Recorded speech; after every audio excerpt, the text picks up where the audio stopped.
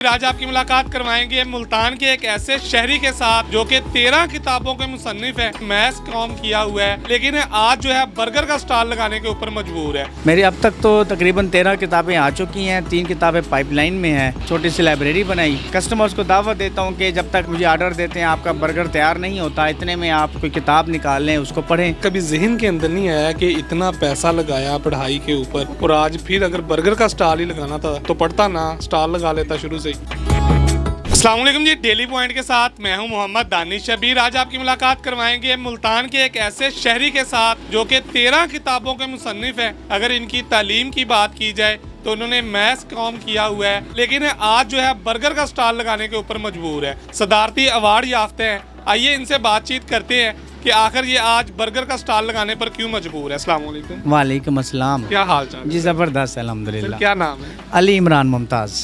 مجھے بتائیے گا کہ کوالیفیکیشن کیا ہے؟ MSc میتھس کام کیا ہوا ہے میں نے۔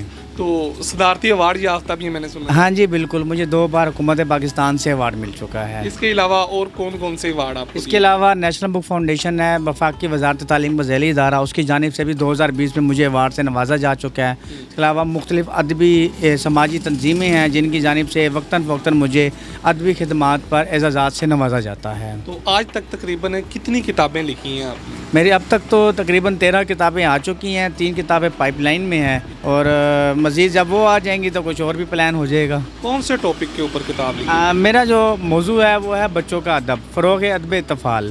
تو اس میں میری کوشش ہوتی ہے کہ میں بچوں کی ذہن سازی کروں، بچوں کو دین اور وطن سے محبت کے بارے میں بتاؤں، ان بچوں کو بتاؤں کہ پاکستان کیسے بنا۔ تو اسی موضوع کو سامنے رکھتے ہوئے میں ان کے لیے کہانیاں لکھتا ہوں، اور خاص جو چیز ہے جس کو میں فوکس کرتا ہوں وہ یہ ہے کہ ایک جگہ میں نے پڑھا تھا بچپن میں سیکھا ہوا علم پتھر کی لکیر ہوتا ہے۔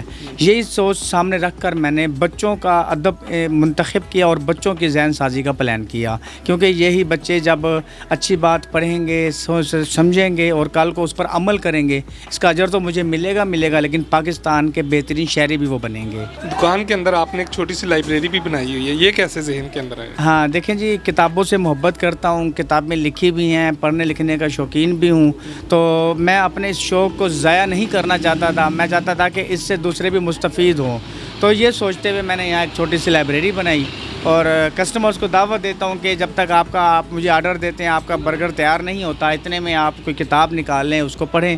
اس میں کوشش یہ ہوتی ہے کہ ان کو موبائل سے ذرا دور کرنے کے لیے۔ اب اکثر یہاں ایسے ہوتا ہے کسٹمر آتے ہیں، بیٹھتے ہیں، آرڈر دیتے ہیں، موبائل پر لگے بھی ہوں تو لائبریری پہ نظر جاتی ہے، موبائل جیب میں رکھتے ہیں، کتاب نکال کے پڑھنے بیٹھ جاتے ہیں، تو مجھے اس وقت بڑی خوشی محسوس ہو رہی ہوتی ہے۔ MSc میتھس کام کیا، صدارتی ایوارڈ بھی ملا، برگر لگانے پر کیوں مجبور ہوئے؟ دیکھیں جی، MSc میتھس کام کرنے کے بعد نوکری کی کوشش کی، نوکری نہیں ملی۔ جب نہیں ملی تو گھر مشورہ ہوا، تو اماں جی نے یہی کہا کہ اپنا چھوٹا موٹا کاروبار کرو، جب نوکری ملے گی دیکھا جائے گا۔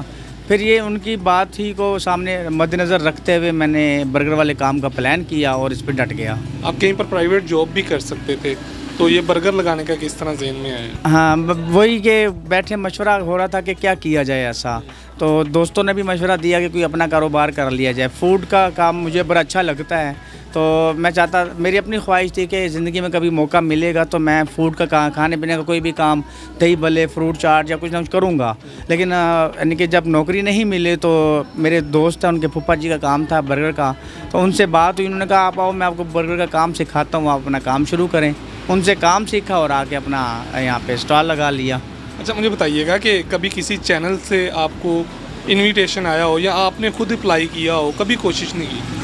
میں نے ایک چینل سے انٹرنشپ بھی کی تھی، اس چینل سے مجھے کافی امید تھی کہ وہ مجھے وہاں پہ اپنے ساتھ شامل کر لیں گے، لیکن قسمت یہ تھی کہ ان دنوں میں کرونا آیا، تو جتنے انٹرنی تھے انہوں نے ان کو سرٹیفکیٹس دے کے فری کیا۔ اس کے بعد میں نے 1-2 اور چینلوں میں کوشش کی تو پتہ چلا جی یہاں سے تو پہلے ہی صفایا ہو رہا ہے، چینلز کے جو یعنی کہ ورکرز تھے ان کو نکالا جا رہا ہے، تو ایسے مجھے نوکری کیسے مل سکتی ہے۔